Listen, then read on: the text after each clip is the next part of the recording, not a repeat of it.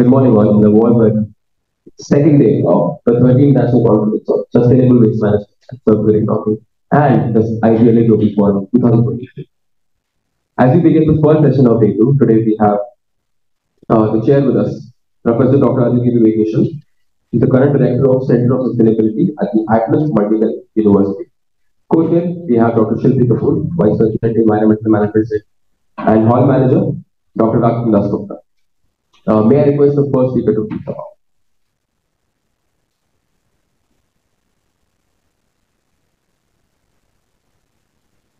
Before we begin with the presentations, I would just like to reiterate the rules for the presenters. The program schedule has been sent already in the mail.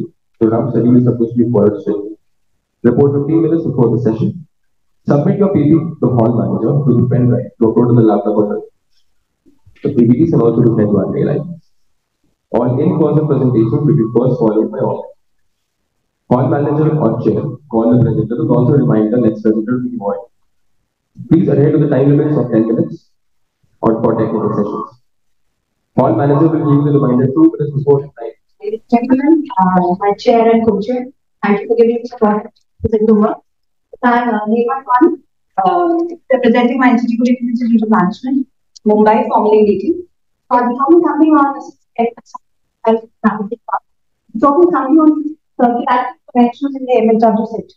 I understand it's overloaded sector, enough work has been done, but we are trying to look at from a very different perspective, as in what is the current state, like business as usual scenario, and how circularity interventions can literally lead to some kind of climate change mitigation, etc., etc. More from the academia side, the KJSIM point was Carlo Marx unit, which we mapped, which we modeled, and tried to ascertain where the implications of waste management are also there. Now, when we talk about waste management, we say it on a very good note. Yes, the waste needs to be managed in a very technical, scientific manner. But then, coming from business point of view, how only the technology doesn't suffice, we have to look into some kind of supply chain issues also, which are coming up of late, and that needs to be addressed so that at a systemic or at a holistic level, the entire problem can be sorted. While the technologies are there on ground, we still see huge quantums of dumping sites here and there. We are not able to manage them. So this is not a technological issue at all. India, and as a matter of fact, many other countries are very well versed. It's a supply chain issue. Let's have a look. Since it's more on circularity, while I talk about technical, I talk speak something on the managerial and regulated platforms also. So if I want to kind of answer waste value chain and about the decarbonized pathway for a country like India and many economies, the take waste paradigm is going off for sure. It's a closed loop kind of economy which is working out nowadays. That is from the production side to the consumption side. Now that things do not have to end up in a landfill. We have to come up with some kind of circularity interventions and devise a reverse supply chain. Reverse logistics for this kind of system where there's a market out ready for this kind of waste and a demand gets created for waste kind of business. So this is where the economic value comes up. And if this we are able to kind of make it feasible, then this model will work. Then that circular economy model will work. Because at the end of the day, stakeholders will have some economic recovery from a business like waste management. And of course, there will be environmental performance coming, like climate change mitigation, global warming mitigation and all. So now what is happening? End of the life product, whatever MSW waste is the case in point as of now. So this is becoming an environmental liability now, right now, we all know that. But it's also an economic liability. Now having said that, if conducive business models can be framed, it can become a business opportunity. And then we can see that this kind of scenario culminating in a very big time. So having said that, this is all about sustainable production and consumption in SDG 12, which is aligned with the industry only. This is where the industry has to come up and devise some kind of technologies and business models so that it can work out. This calls for redesigning of the supply loops where circular economy comes into picture. Circularity comes here. Now, when I talk about reuse, it's very easy to say reuse. When I talk about recovery, it's very easy to say recovery. Is my product designed for reusability? Is my product designed for disassembly? Can I disassemble a product, etc.? Now, these are the things we have to configure. Then only something called a circularity will intervene into the system. And this has to be taken up from the forefront stage only, that is at the design level. So with this now, end of the life management is coming up in a big way, and MSW sector is a very case in point which can take up this because we have millions of tons of waste getting generated every day. Yeah. So this is what we try to map now. From the, since it was a gate-to-gate concept, that is when the waste arrives at an MSW facility, what are the impacts on the environment, and finally, will it be economically feasible to take that kind of project from a business point of view? So having said that, now many institutions are coming up to finance these kind of projects because it's not about technology funding, it's from other things. So financial institutions like ABB and carbon markets are coming up and using this kind of framework where circularity intervenes and from disposal now creating a reverse effect. Now before we can actually look into, we touch this wala model, whether how to measure the environmental performance, how to measure the economic performance. Today, since it's about circularity, I'll be talking something only on environmental performance using a model called MCA on the tally. So this is what we try to understand whether the predicted performance of the primary supply chain with respect to the supply loop is economically feasible, whether the environmental performance is there or not with respect to the reverse supply chain. So primary supply chain and the reverse supply chain performance should match. Then only this kind of loop is feasible. Otherwise, we would never be able to scale up the loop. And there comes the role of government, policy making, NBI, customer demanding, markets getting created for these kind of end of the life products. These things, these push, this kind of push is there, then only something called as this will become a business problem. So having said that, we wanted to understand how these supply work at could be at a production level, at a component level, or at a product disassembly. Now this could be a case in point for an electronic sector. Can I retrieve at a product level, or I have to go at a component level, or I have to intervene at a material level? Now economic recovery should be there. Economic value from this business proposition should be there. Then only something. Now, having said that, with this in mind, we try to model the waste value chain. Now, when the MSW waste is generated and moves off into a facility, this is the thing which happens from transportation, upstream transportation, to the collection and the sorting center, finally MRS, window composting, or landfilling. Now, this is the business as usual scenario. Now comes a contrast where we try to model. That is, if at all, I can replace this business as usual scenario with something called as circularity interventions like recovery of energy, not going to landfill directly, but some amount of MRS getting in the MRS, some kind of value recovery happening, then energy recovery happening in the landfill, etc. And finally, some kind of compost from the composting. So this is about my organic, inorganic, miscellaneous kind of fractionations happening, and now how to make it feasible. And what are the impacts? So this was the objective that environmental footprint analysis of MSW facility was done as per the Swachh Bharat Yojana. Green city concept is already there. We wanted to model it in business perspective. And finally, what are the important environmental KPIs which might come handy in decision making so that we can make it as a good business proposition. And for this, we map the current scenario and the proposed scenario at Kanju. Now, this is the site which we tried to map, and this is the model which we tried to build up. So, since it was an LCA kind of thing, these 4 steps were there. We tried to identify the goals, gate concept was used, and finally, we went on to the field for inventory creation. What kind of materials, what kind of inflows and outflows are there, for example, from all the units. Now, if this happens to be this facility, I will go to the facility and given all those things, like this is the MSW facility from where transportation happens. Now, what are the impacts, environmental impacts at the transporting or logistics stage? Then MRFK, what are the impacts on the environment? Then at composting level, while I say composting is a very good thing, not always. It's a good thing, it needs to be done. There are other kind of drivers also that need to be taken care parallelly. So composting plant, finally landfilling, some reject collection happening, energy getting generated. Now we wanted to model and we wanted to understand the impact of each and every scenario, each and every sub-process, each and every sub-technology which you see over here. And for this was the goal. And once the byproducts are there, they're out of the scope and they're out of my assessment also.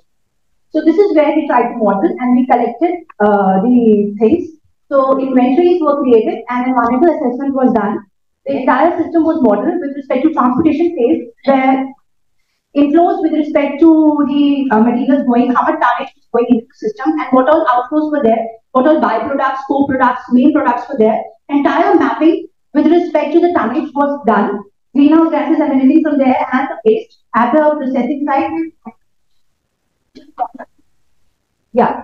So similarly at the processing, what inflows and outflows at the composting, landfilling, electricity generation and trading stage. So we wanted to understand the life cycle impact of an MSW waste when it goes into the facility and it comes out. So gate-to-gate environmental sustainability matrix was understood.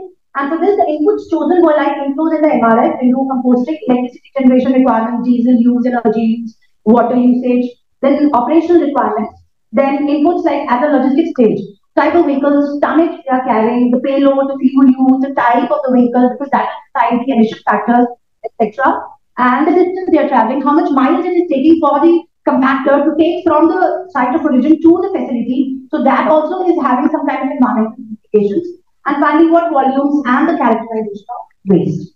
So these were the waste characteristics, and this was the inventory data which was collected. Waste at the gate, then at the MRI facility. So this is the kind of data which we collected. It was a very exhaustive kind of study, which one of my projects undertook, and a research scholar. So this is how the inventory data came in. We got some data in hand for the landfilling, and now we wanted to understand where the landfilling impacts are there. When we say landfill also has an impact, I want to understand it, where the impacts are, so that I can arrest that kind of impact. And at the end of the day, flaring. Now we say flaring is a good exercise for sure. I cannot release methane, so I have to flare it. But then where is the impact of flaring also, so that I can curb that? So this is how I modeled it. My one of my students modeled it, and this is where the results came in. So when we talk about some of the categories, it was very evident that transportation and biomining stages was something. When I talk about recovery of metals at the biomining stage, we see some kind of environmental impacts coming in, like eutrophication impact, acidification impact. So I can come out that biomining is a process where I have to come up and intervene and decide on some technical interventions, how to lower those impacts. Similarly, ozone layer depletion, human toxin, ozone creation, terrestrial toxicity impact were taken care of. Now, we also wanted to model the business as usual scenario with the scenario we are proposing. Given that there is a capacity constraint, given that there is a capacity constraint, we can't touch on all these kind of integrated technologies. But then, how the results look like? Should I be able to turn into a circular model? Then this is how the things would happen. Landfilling compared to landfilling with energy recovery, the impact on the global warming will go down drastically, and this is what which is required. Similarly, on acidification potential and all the three were mapped, and we can understand at which stage and how landfilling or circularity can intervene and lower down the impacts of landfilling. So with this in mind, we understand where the performance is going up. Unless and until we get a win-win situation at both economic and environmental side, none of the circularity or closing the loop circular economy model will work. So we have to look at both from the technical and the financial business side. So these were the results of the navigation. So these are the last things. So at transportation stage and landfilling habitat, most critical points, we have to intervene here. Now we know in the supply chain where to intervene. And finally, at the transportation stage, for example, sourcing, identifying the correct vendor, potential of materials of our choice, segregation or not. These are the management-related decisions that need to be taken. This is a supply chain issue, it's not a technical issue at all. So more supply dependencies are there in the transportation model. So we have to build on that. So this is where come up. These two stages have to be there so that the impact gets limited. Last, the timing of return of material for reusing recovery not there. So figure out those kind of supply chain issues. Recoverable value.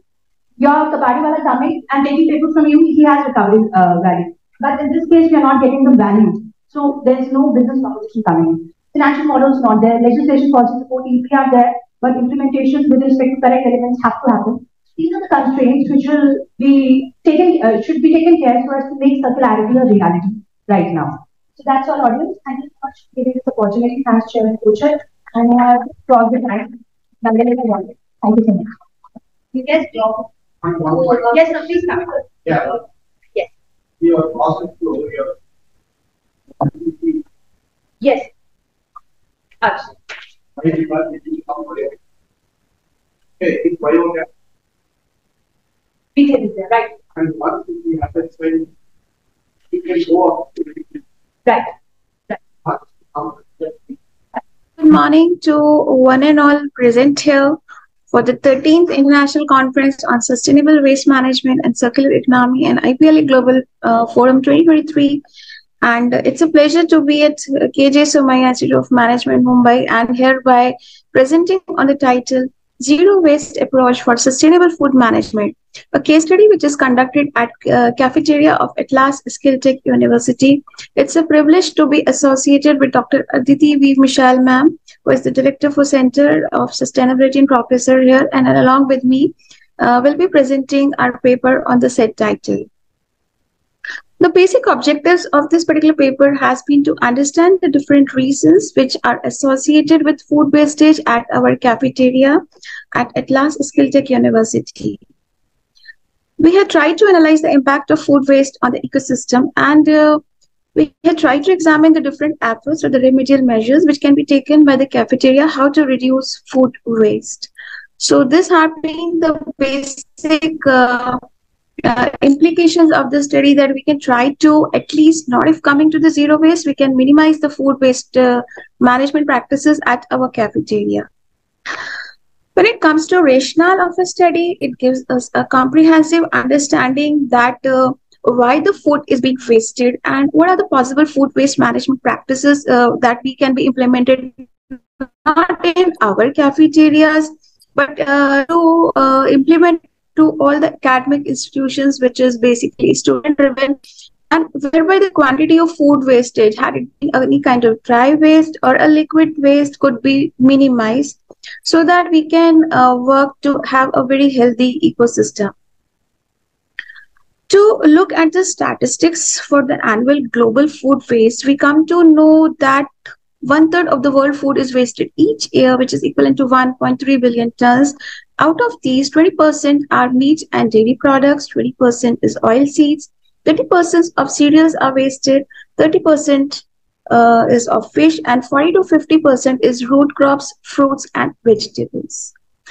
The leading consequence of food wastage in the country is its direct contribution to malnutrition and starvation. So this is one of the biggest addresses and the biggest challenge, because the moment we are wasting food and it is leading to the starvation in the country. And according to a recent report which is being released by Feeding India, around 194.4 million people, or we can say approximately 14.3% of the population, even are not receiving adequate malnutrition. And that is why we are at the 107th position out of 121 countries when it comes to Global Hunger Index 2022. So it is a very challenging concern which needs to be addressed, that how we can procure and what challenges we can take to minimize this Global Hunger Index 2022. Statement of the problem, as I have already said, that even according to United Nations Environmental Program Food Wastage Index report, 68.7 million tons of food is wasted annually, and not anywhere, but only even in Indian homes. Talking in very simple words, it's about 50 kgs per person. And to see here, 50 kgs per person is a very considerable figure which needs to be addressed. And that's the reason India stands second while in terms of household wastage of food, only followed by China. And the repercussions because of the food wastage is related to the global greenhouse gas emissions. And these all repercussions are linked with food that is actually not consumed by the consumers. And this is the reason even we can connect it that we are ranking so high on the hunger food index, which I have addressed, I've discussed, global hunger index, and we have to literally work on these particular parameters to come down on these indexes. And when universities, which are operating as living labs, whereby we have direct interaction with the students at every particular academic institution, so the real challenges which is being even posed by Philo and et al. Studies, whereby there is an urgent food waste management, which is actually compelling to be action oriented. The scope of the study is basically to find out the root causes why the food is being wasted at different reasons associated with cafeteria of Atlas University.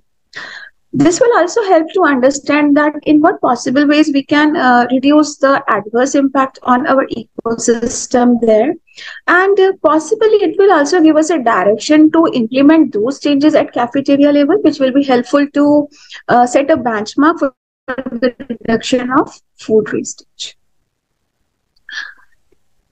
The statistics, as I've already thrown some light, that if we talk of usual Indian households, whereby it's 50 kgs per person wastage, and this is the latest statistical data whereby Indian Statistical Report has highlighted this considerable figure. And to be noted as 1/3 of all the food which is produced in India, it gets wasted or spoiled even before it is eaten. That means so many percentage of food is not even being eaten, and even before eaten, it is being wasted. Literature review to support the studies which we have conducted. We had certain UN Sustainable Development Goals. We had also have the data from Food Wastage India Statistics 2023, supported by the studies at various universities of Liel Fellow et al. And Zhang et al. 2021, whereby different factors came into the picture, which were having the various basic reasons for the food wastage, including some personal attributes, whereby it was observed in their studies that many of the people took it as a very casual approach not to save food, had it been any kind of age and gender. Plus, consumer behavior patterns were also observed in this particular study, whereby we come to even understand that the food has been wasted because of no taste in that, excessive purchasing. That means even proper planning is being not done, that how much food to be purchased, personal preferences rather than staple food, undesired accompaniment, selection of disposable tableware, cheap food, and large size portions which have been served. The research methodology which has been adopted to conduct this study is basically in-depth observation, and we had personal interaction with the cafeteria kitchen vendors, all the management and the stakeholders related to the food waste management practices, housekeeping staff, and even the customers and the students who have been reaching that cafe at Atlas Skilltech University. The possible results which help us to understand the food waste management practices at this particular cafeteria in Atlas University is actually creating a positive public image when students specifically who have been the basic customers of that, what have been the reasons associated with food waste, and how through minimizing that food wastage we can enhance our environmental stewardship. The basic methodologies and the basic dimensions whereby we come to incorporate in our study is we try to figure out the dimensions of food waste problem. Hereby in our study we try to find out the causes, that had it been lack of adequate planning, or had it been excessive food cooking, or there had been limitations in food preservation for reuse, or there had been oversight of food safety policies at our cafeteria which had led to food wastage.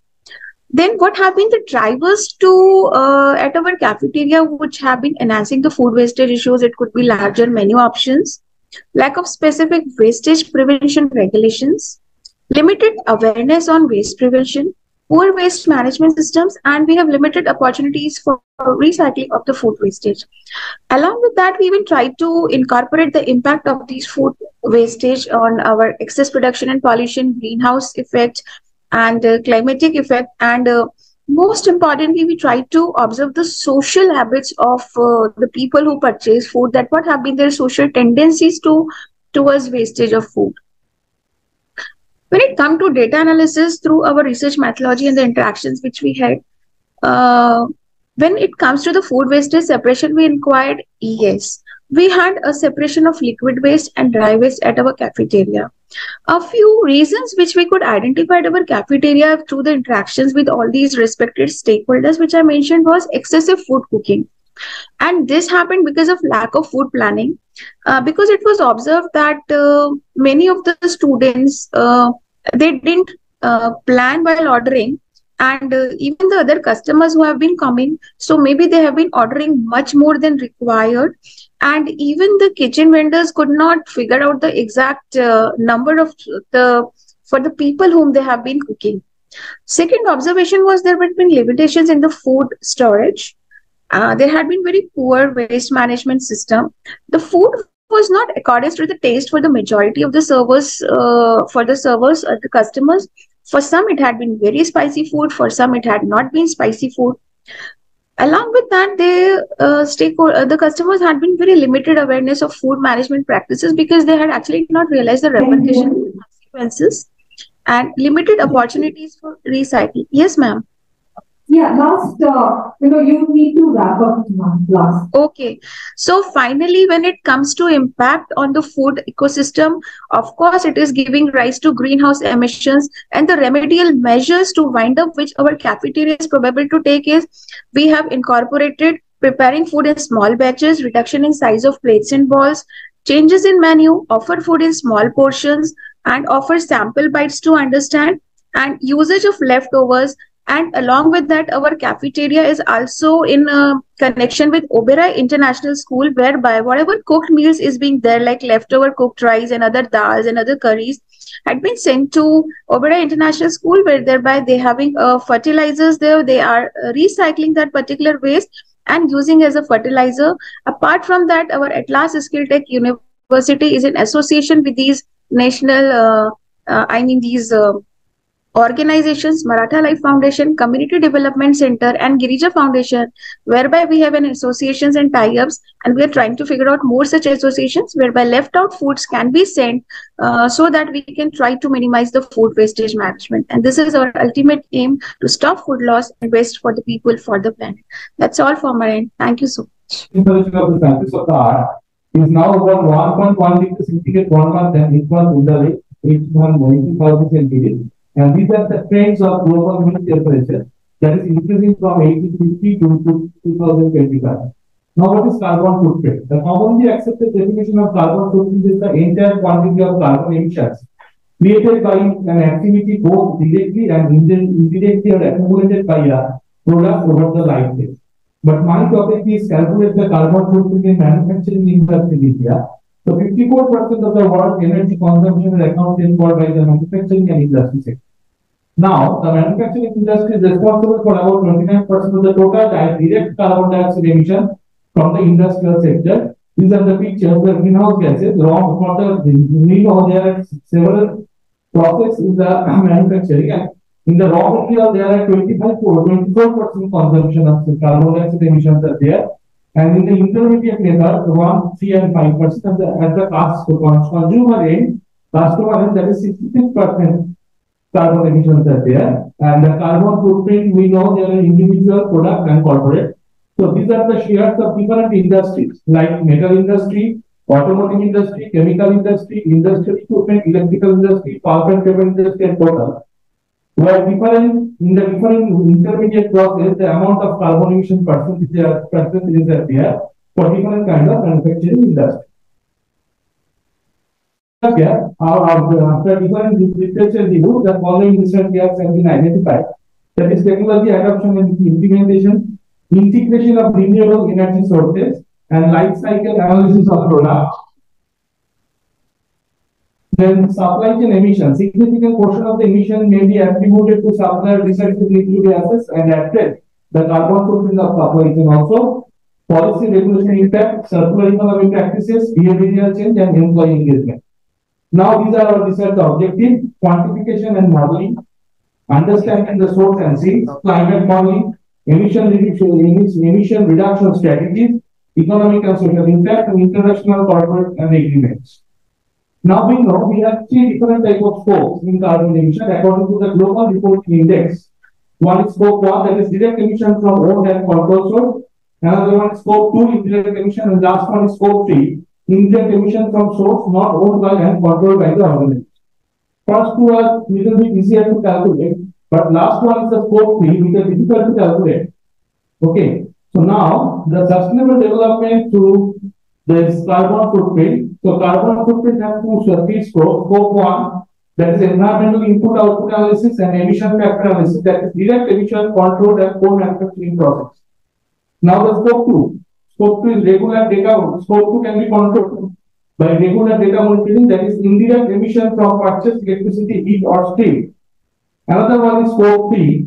Under scope 3, this is the life cycle assessment process-based model, that indirect emission from source not owned by controlled by the organization, and both all the scope 1, scope 2, and scope 3 emissions can be, by controlling these emissions, we can achieve SDG 7, SDG 9, SDG 11, SDG 12, and SDG 13. These are all the sustainable development goals. Now, an optimization model 1, that is, let us assume the C1 is the unit cost of scrap material, C2 unit cost of working raw material, P1, P2, P1 dash, lots of parameters are there. Now, this is my optimization model, that is minimization model. That means that, and these are the constant, and last one is strictly non-negativity constant. And next one is the optimization model for 2, that is carbon footprint model, where lots of inputs are there: X1, P1, C1, P1, Q, Y, Q, PC, etc. And these are our model where we can maximize the output, and these are our constant, and last one is strictly non-negativity constant. Now we can validate the model through case example. We have two different type of case example. We have visited three different kinds of industry. One is ductile iron pipe manufacturing industry. Another one is cylinder manufacturing industry. Last one is aircraft component manufacturing industry. These are the process maps. One is for ductile iron pipe. Another one is for cylinder manufacturing, and last one for aircraft manufacturing. And the research frame is considering the business excellence model management practices as well as the circular SIPOC interface. SIPOC means supplier input process output customer. This interface, some constructs have been identified. Our main objective is to measure the functional efficiency of three aforementioned industries with respect to identified constructs to achieve minimal emission goal. These are our constructs considering supply input interface, input process, process output, output customer, and the circularity, customer output, output process, process input, and input supplier. These are our emission control factors, and these 30 constructs we have to develop considering this type of interface. Now, analysis, we know the beauty of Six Sigma calculation is we can measure and we can compare different kinds of industry using Six Sigma measure. So, the ductile iron pipe industry we have visited, and we checked 97 units from 3 months, cylinder industry 95 units, and air force 96 units. And the sigma value of the DI pipe is 2.24, cylinder is 1.6, and aircraft is 1.96. Now some action plan have been taken. One is emission model action plan. That is, it is recommended for all the industries to map all environmental pollutants with corresponding process to environmental value stream mapping. This is very important. Environmental value stream mapping, integrate pollutant measuring and control system with environmental protection system has been recommended by taking up suitable projects. Next one is ISO 19011. The ISO 19011 auditing standard that is can be implemented. User manuals, environmental protection and measuring equipment, snapshots on visual boards need to be introduced to draw the attention of the concerned employees and customers for green production. Next one is waste management, emission reduction. These are the following remedies that capture the internal failure value COP2 cost of poor quality. Needs to be more initiatives for the scrap intensive EAF, electric arc furnace, which can be used to reduce the carbon emission.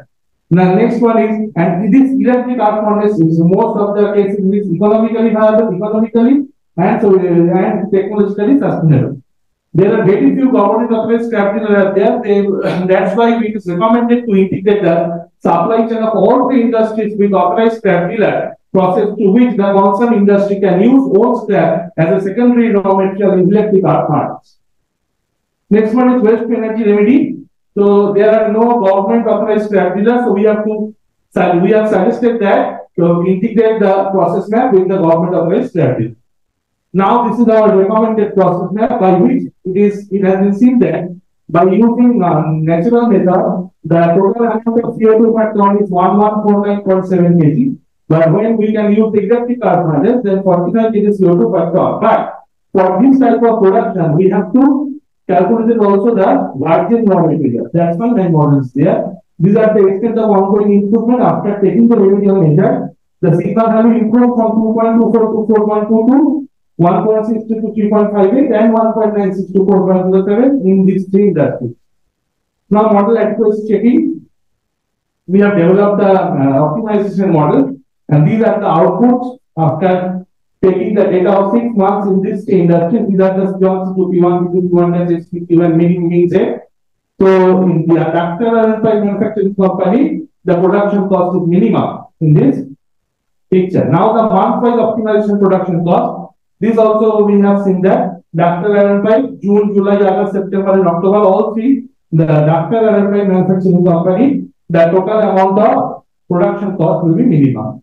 From the sigmatic and comparative production cost analysis to minimum emission, it has been seen that DI pipe manufacturing company is more efficient compared to other industries with respect to minimal emission and production cost. Now the future work, sensitivity analysis of the model, validation of mathematical models to other industries, identify other constructs from differential review, and model lack of fit check.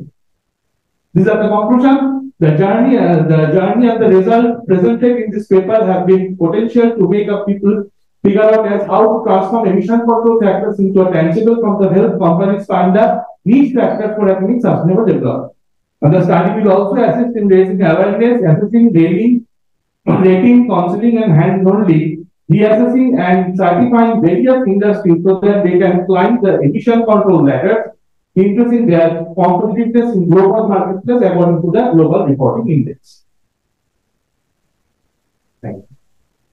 You would be able to see on your screen in a short the placard in regards with the timekeeping. So keep watch on that, please. And we'll also be sharing a message in the chat. Be watchful of the time. Yeah. Thank you.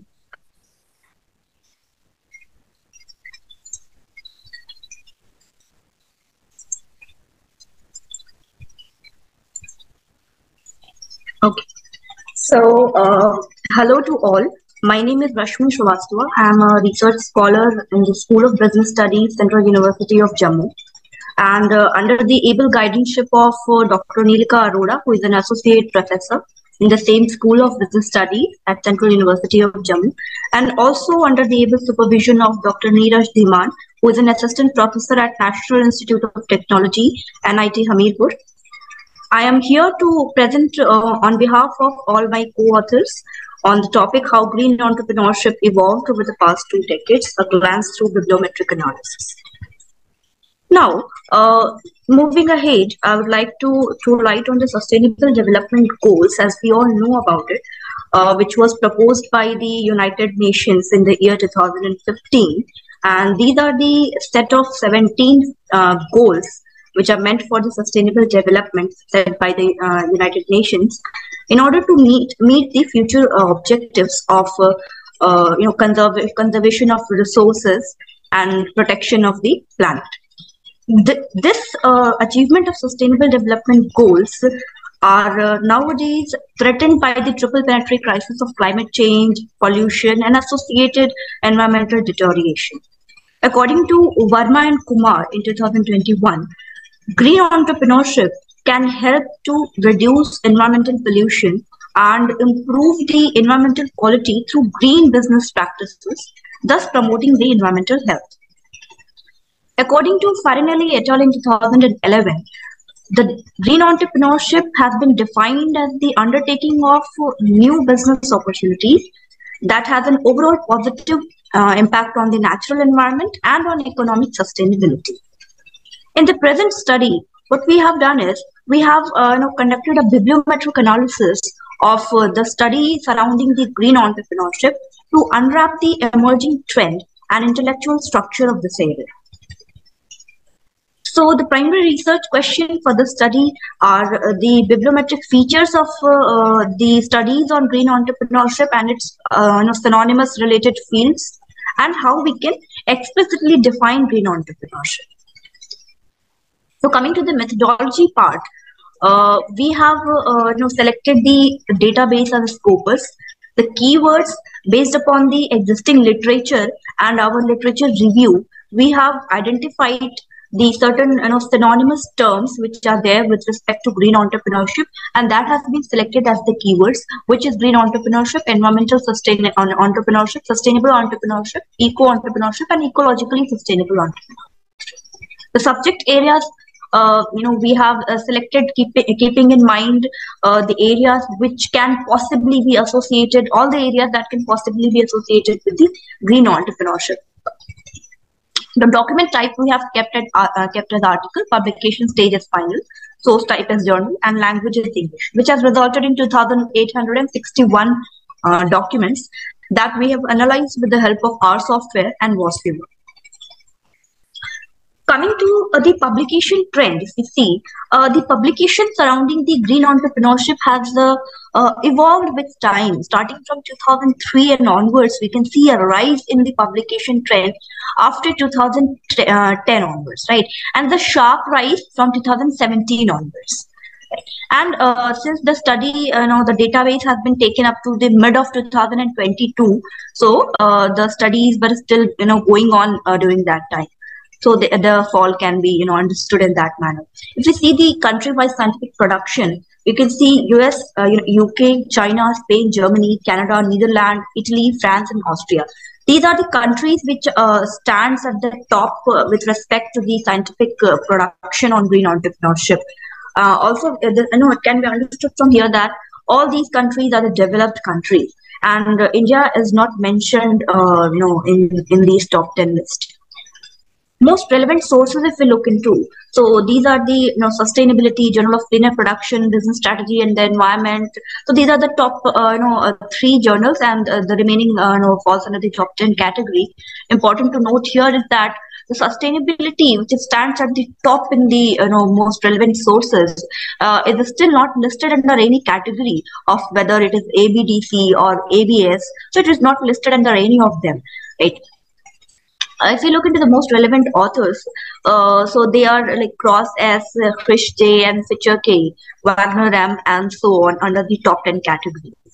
And the top 10 documents, if we look based upon the citations, so the highest number of citations has been received by Skilltech as the document was produced in 2011 on sustainable entrepreneurship and sustainability innovation categories and interactions, published in Business Strategy and the Environment. The remaining is produced by Dean T.J. Cohen B. So the primary analysis that comes out from this is that the top documents, if we look into, so they are mostly producing in the area of sustainable entrepreneurship, right? And if we look into the synonymous term of green entrepreneurship and sustainable entrepreneurship, based upon the review of literature, what we have found is the green entrepreneurship primarily focuses upon the environmental aspect of the entrepreneurship, right? And whereas on the other hand, the sustainable entrepreneurship, if we look into, so that focuses upon the 3 pillars of sustainability, encompassing all the 3 economic, social, and environmental aspects, right? So that is the primary difference between the both terms, although that both the terms have been recognized in the literature as synonymous to each other. Looking into the co-occurrence of keywords, we see the keywords that are occurring for the most number of times in the literature is the sustainable entrepreneurship, social entrepreneurship, institutional entrepreneurship, again green entrepreneurship, and environmental entrepreneurship. The co-authorship of countries, if we look into, so this will basically shows the collaboration among the countries. So UK and US can be seen as the top collaborators among each other. And if we look into the thematic map from 2003 to 2014, the emerging areas at that time were the emission control and engineering and planning research, right? And further, if we look into the thematic map from 2015 to 19, we see the emerging trends again comes as sustainable entrepreneurship and social entrepreneurship. Coming to the 2020 to 2022, the last time during which we have limited our database to. So here we can see that during this time, that is from arising from 2015 and onwards till 2022, the emerging trend of sustainable entrepreneurship is coming after this time period, during this time frame. Now, based upon this keyword analysis and thematic analysis that we have done, we've proposed this new definition of green entrepreneurship. And according to our definition of green entrepreneurship, and looking into the synonymous term, we have defined green entrepreneurship as a profitable entrepreneurial activity which is concerned with capturing, innovating, and implementing environment-friendly business opportunity for achieving sustainable development. Right. So this particular definition, according to us, encompasses all the terms that are synonymous to each other. The theoretical implications, if we look into this performance analysis of the green entrepreneurship literature from 2003 to 2022 that we have done, this will aid the researchers in monitoring the productivity and also raising the quality of research to a level that can satisfy the benchmarked standard journals that we have seen that are not mentioned. In the literature is not, most of the literatures are not mentioned in the benchmark standard journals on green entrepreneurship. And this particular paper offers new areas that can strengthen future research on green entrepreneurship, such as social entrepreneurship and sustainable entrepreneurship. If you look into the practical side of our study, so researchers should endeavor to collaborate with organizations on developing areas that need solution. Our study highlights thematic areas of specialization and resources that managers and policymakers may utilize to boost an organization's capacity for effective decision making. Also, it is very important to note here that the emerging concept of circular economy, right, which has gained traction since I think 2010 onwards or 15 onwards, which has gained sharp traction among the academia. So this emerging circular entrepreneurship concept can be associated with green entrepreneurship to conduct an in-depth analysis. And in order to understand and use performance analysis and scientific mapping analysis in any area of research, the study will definitely serve as a guide for the researcher. If we look into the limitation part of our study, so we believe that the more synonymous terms can be identified with respect to the green entrepreneurship, and software such as bibliometrics and Vivek, etc., can be used in order to gain a more in-depth understanding of the term. And journal quality can be searched upon that what are the articles or studies that are present in the quality journal list, and based upon those list, the analysis further can be done, the bibliometric analysis definitely. And looking into the inclusion exclusion criteria, so that we have limited to the English language. So definitely the language is an limitation in our work. Also, we have excluded the conference papers. So these are the limitations of our study that can be Ms. Rashmi, I hate to interrupt, but the time is up. So that's all from my end. Thank you so much. Now I'm up for the questions now. Thank you. Question and answers are at the end of the session. Thank you so much. Also, one more thing that I would like to mention here, that the paper has already been accepted for the publication purpose in a journal. Thank you. Mumbai is in coastal area and with a tropical climate. That's again a unique combination that Mumbai brings in. There is an overpowering anthropogenic activity, and I'm sure we all who move around in Mumbai will agree with this. The kind of vehicles move through the day. And of course, the pressure on overall resilience of this whole land system or land ecosystem also. So talking about the materials and methods which have gone into it, the keyword searches that were used were air quality, climate change in Mumbai. The result came out 85,200 articles, but we followed an exclusion method looking at the publications coming after 2000, but still it was a lot of irrelevant articles which were coming out with this exclusion strategy. Further, we went to narrow down the search with 2010 onwards articles and included the cross-referencing, which ended up into 212 articles which were very, very relevant, out of which a detailed thematic analysis was done for 88 articles. So I used a mixed strategy when it comes to literature review. There was the thematic analysis which was done, but at the same time we also looked at the co-citation framework to understand how this particular proposal or how the hypothesis was looked at, who were the supporters and who were contrasting the whole thing. So site analysis allows you to look at 25 million plus research articles real time. And with this AI tool, you can arrive at a very accurate co-citation network analysis. So should we go further? So as you can see here, this is the co-citation network analysis for Menon et al. 2002. The green ones are the supporters and the blue ones are contrasting thoughts mentioned for this particular article. And what he's claiming is the black carbon suit is shaping these regional climate variations. So we have to understand air pollution is rising, is impacting climate change. And a change in the climate change is again impacting the pollution. because the dispersion which happens, the ecosystem has its own boundary in terms of how much it can disperse and how much it can handle. Should we go further? The next was on the theme urbanization, air pollution, and climate change. Here we looked at the article by Prasad et al. But at the same time, you can see a lot of them are talking about this, the urbanization impacting air pollution and climate change.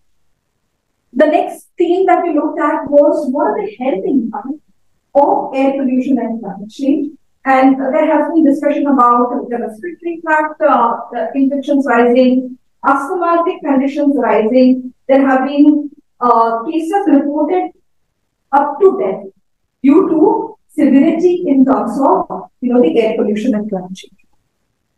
The seasonal variations is another thematic factor that we have to take into consideration. During winter, as you can see, the smog specter is on rise, and the reason is due to colder temperatures, the dispersion rate comes down. Yeah. So the seasonal variations are also being taken into consideration when it comes to climate change and air pollution. The effect of climate change on air pollution has also been, discussed at length with a lot of, by a lot of researchers. Should we go further? And of course, finally, the anthropogenic activity, particularly vehicular emissions. In fact, all the places where Mumbai has highest AQI, like Bhadrapur complex and Kolaba, you will find typically the vehicle pollution is one of the main contributors along with the construction sites. Should we go further? So, of course, there are a lot of implications on the climate change policy because of the studies being carried out, and the health economic impact has been discussed at length. If we look at the health economic impact, whatever effort we can do towards climate change reduction would be viable or feasible. Whatever level we can go to arrest climate change through working on air pollution is worth. Should we go further? So the research methods that have been used typically are general circulation model being used, the time series spatial analysis being used, the integrated assessment models, the dynamic downscaling, and the hybrid methods like ARIMA and ANN. So when we looked at all of these studies being carried out, mainly the satellite data was being used. But the problem with the satellite data is you don't get the analysis at different altitudes, how the dispersion is happening. And that's exactly the gap that we wanted to address with the study that we did. So we took help of, the ground sensors at the same time combined with the drone sensors so that we get data at all levels, the ground level at the same time at different altitudes. So these are the, can we go a little further? So these are the technical details of the kind of sensor being used. MQ135 sensor was used along with the Ordino Euro as a ground sensor. And multiple readings were taken at multiple places at different times zones. So Mumbai, from the point of view of where the heart of the city, the most polluted places, at the same time, peri-urban areas also. So the time, space, at different locations. So all of these factors were taken into consideration for the methodology. The air quality was also measured using drones. So Pluto X drone from Drona Aviation was used along with the MQ 135. So these are the drone-based sensors are still evolving. But at the same time, none of the other facilities are available by which we can get data at each altitude that we want to. So the ground-based sensors, these are the results that we can find Andheri East, Worli Seaface, BKC, the CST area, Juhu Beach, Dharavi, Powai, Marine Drive, Sion, and Kulava. So these are the different timings at which these studies were carried out. And as we can see, typically the evening timings, everywhere the pollution levels are very high. So definitely the vehicle pollution plays a very critical role in this particular factor. Now the drone-based sensors, again, the same places have been maintained, but we have taken into consideration the altitude-wise variations. Now, this is very important to understand. If you have seen Bhopal related web series, you must have seen that within 24 hours, the challenge was overcome because the disruption happened. Yeah? Within 24 hours, the poisonous gases got dispersed. So the dispersion level, however, in relation to the air pollution is not happening that much. That is what we understand because of the wind, because Mumbai is in coastal area, and the second problem is because of the typical amount of pollution which keeps coming up. Yeah? So just these are few insights that we have. We come to know what are the hotspots. This will give guidance for the vehicle policy. It will give guidance for the health, public health policy, and particularly as I mentioned, the hybrid method for giving the altitude-related dimension of the air pollution and climate change. So that's another important factor which has not been addressed much in previous presentations. Thank you so much. Our research paper is on the topic of unraveling the impact of greenwashing in the fast fashion industry. We proceed to explain the abstract to you. The fast fashion industry is witnessing a meteoric rise, and you see that a lot of there's an increased consumer trend where the consumers are often affordable clothing, or they're provided it at very inexpensive prices. There's this unprecedented pace at which the fast fashion industry is growing and flourishing. What typically happens is it's changing and metamorphizing the fast fashion landscape. And what we are intrigued in our research paper is how greenwashing has a negative implication in the fast fashion industry. This is an empirical study which examines the critical ramifications of greenwashing within the fast fashion sector. This study also examines the psychological and social implications of greenwashing on consumer behavior. We are here emphasizing on the need for creating more sustainable and resilient efforts and creating more transparent policies so that the implications of greenwashing could be mitigated. The study highlights the problems and challenges faced by conscientious consumers in navigating a market flooded with misled information. It aims to provoke the industry towards reconsideration of business practices, which may foster the company's credibility and sustainable, healthy environment.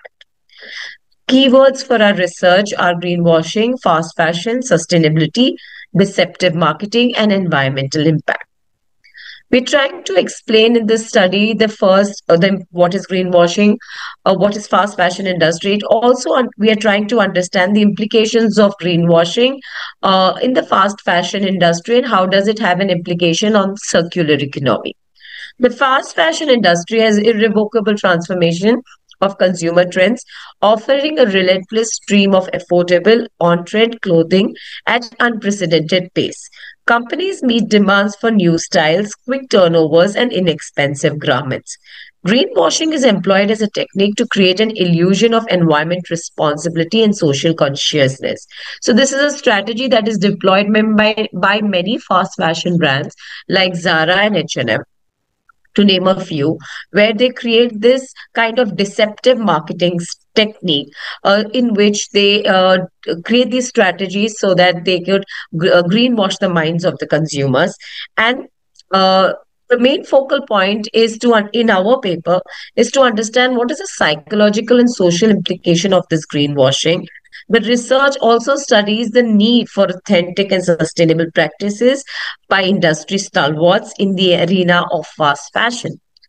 We wish to address the challenges faced by conscientious consumers navigating a market flooded with a lot of misleading information. The research question for our paper is fast fashion brands are now unable to uphold their integrity towards environmental stewardship as they are focusing on primarily creating inexpensive garments. So their primary focus is on creation of inexpensive garments, new styles like Zara created a lot of micro fashion styles, almost 52 micro fashion styles in a year. Because of this, a lot of which is creating this manipulative strategy that is which is projecting their products to showcase them to be environmentally safe, and this is a deceptive marketing strategy. Over and above, it creates this false urgency in the mind of the consumer because of these micro fashion trends, of the false urgency to purchase the product because the trend keeps changing. Also, the strategy is to create inexpensive brands to make it more affordable and make it more aligned to the demand and supply. The research questions are to analyze the impact of greenwashing in the fast fashion industry, to advocate sustainable and ethical considerations to mitigate detrimental effects of greenwashing on brand equity of fast fashion brands, to analyze the impact of deceptive marketing and misleading information which negatively impacts consumers' brand loyalty. The hypothesis for our study is there is a significant impact of greenwashing in the fast fashion industry, influencing the brand loyalty of consumers. We have two important literature reviews, one by Alexa Alpetri and 2020 et al. In their study, where they aim to dig deeper to understand the dynamics of green marketing and greenwashing with fast fashion. The research meticulously examines the evolution and transformation of these strategies, shedding light on how fast fashion enterprises strategically leverage to gain competitive advantage. This research underscores the need for collective effort from both companies and customers to achieve true sustainability in a circular economy, urging industry leaders to go beyond the rhetoric and uphold the genuine commitment towards environmental stewardship. The second literature review, which is of paramount importance, is by Lu Shengzhou 2022, where their researchers delve deeper into critical issues of greenwashing in the fast fashion industry. They try to unravel the relationship between what the consumer's perceptions are towards greenwashing, and it also has the implications on consumers' purchase intentions. This research adopts a comprehensive approach in scrutinizing and mediating the influence of perceived risk and moderating impact of consumers' impulse buying decisions. The study underscores the pivotal role of information symmetry in green marketing. It also emphasizes the need for companies to embark on substantial sustainable initiatives to mitigate the perceived risk. The research methodology is that we have used the data from McKinsey, Statista, Deloitte descriptive analysis while supporting the literature review contextually with the aim of understanding the implications of cultural dissonance for internationals too. We move on to understanding the strengths, weakness, and opportunity and challenges. Dr. Kajal will be explaining this slide in more detail. Dr. Kajal, please proceed. Thank you, Dr. Karishma. Based on our studies and the extensive literature review what we had done, we have prepared a spoke analysis of the fast fashion industries where we have identified that the fast fashion industry has major strengths in the form of because they're providing affordable products, and the product life cycle is also very shorter, as Karishma madam also told about the micro fashion and a lot of other things where the product life cycle is comparatively shorter. And the other important thing what can be seen as a strength for the fast fashion industry is the availability of the omni-channel marketing for these kind of products. However, when it comes to fast fashion industries, it is seen that there's a lot of use of toxic chemicals and the non-renewable resources, non-sustainable materials. Besides this, they also provide low wages and unfavorable working conditions to their workers, which is a major weakness of the fast fashion industry, as they are relying more upon or focusing more upon providing affordable and very quick clothing, or you can say the fashion piasta to the consumers. However, when it comes to the opportunities, in order to, as we told that we are trying to align it with how the products can become more sustainable, or how they can be aligned with the circular economy, these companies can enhance their sustainability by using automation or data analytics. Another important tool or opportunity to these companies is the use of metaverse and the non-fungible tokens.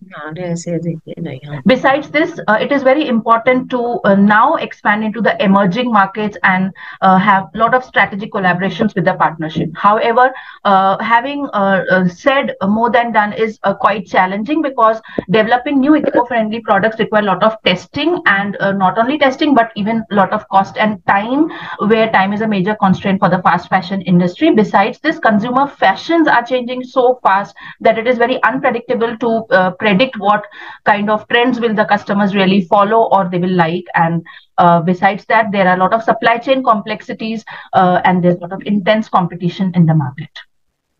Next slide, please. Dr. Karishma, please change the slide. Please change the slide. Based on our studies, generally the product undergoes through 6 stages. However, when it comes to right from introduction to the obsolescence, but however, when it comes to fast fashion industry, this product life cycle is very short. Please change the slide. It of course begins with introduction. However, when it comes to segmentation of the market, we'll see that the segmentation is not as regular as in the textile industry, because here when it comes to gender-wise segmentation, we have androgynous and cisgender based. Similarly, style-wise, there are a lot of different segmentations what can be done, and hence it becomes really challenging for the fast fashion industry to deal with the changing trends. The fast fashion industry basically goes through 5 stages, which starts from fiber cultivation and ends with the disposal of the product. I hate to interrupt, but the time is over. I would like to just conclude the topic that only said then done will not work, because we have seen that the green fashion industry,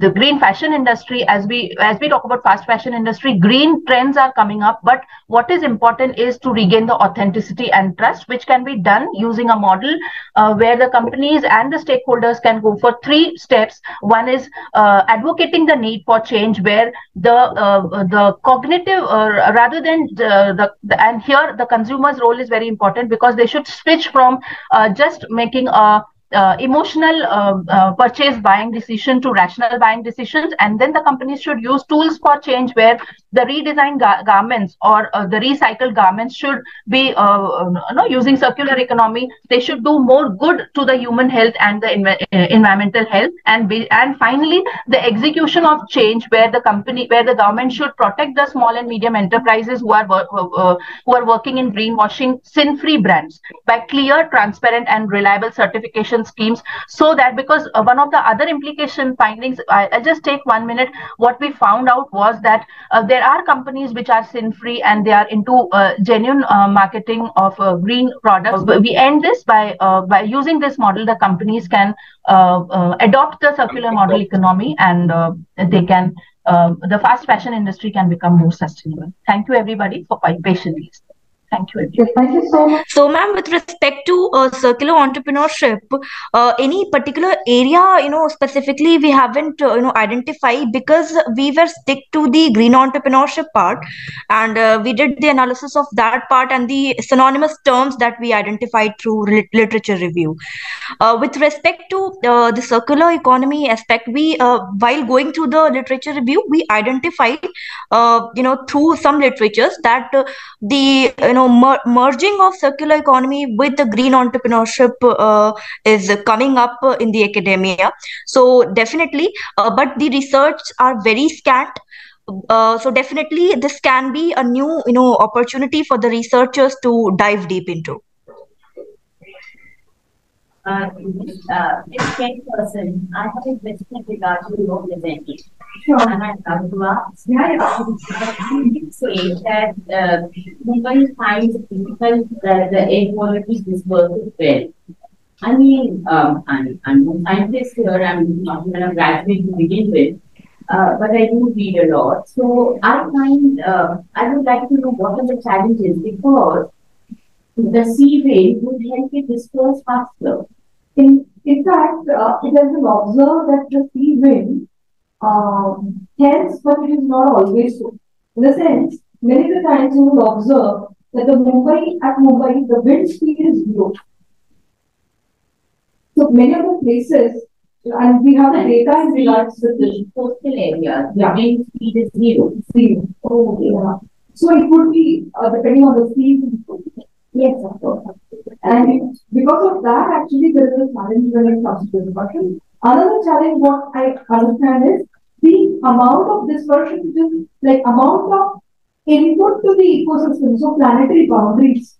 We know about the planetary boundaries. The ecosystem in itself has a challenge in terms of how much it can take. And the kind of pollution which is happening every day at all of these times is again impacting the level of dispersion. So now this is the perspective that we are trying to look at, is at the altitudes how the dispersion is and what's happening. I would love to meet you, Dr. Saad, and understand you. It would be Much longer. It would be a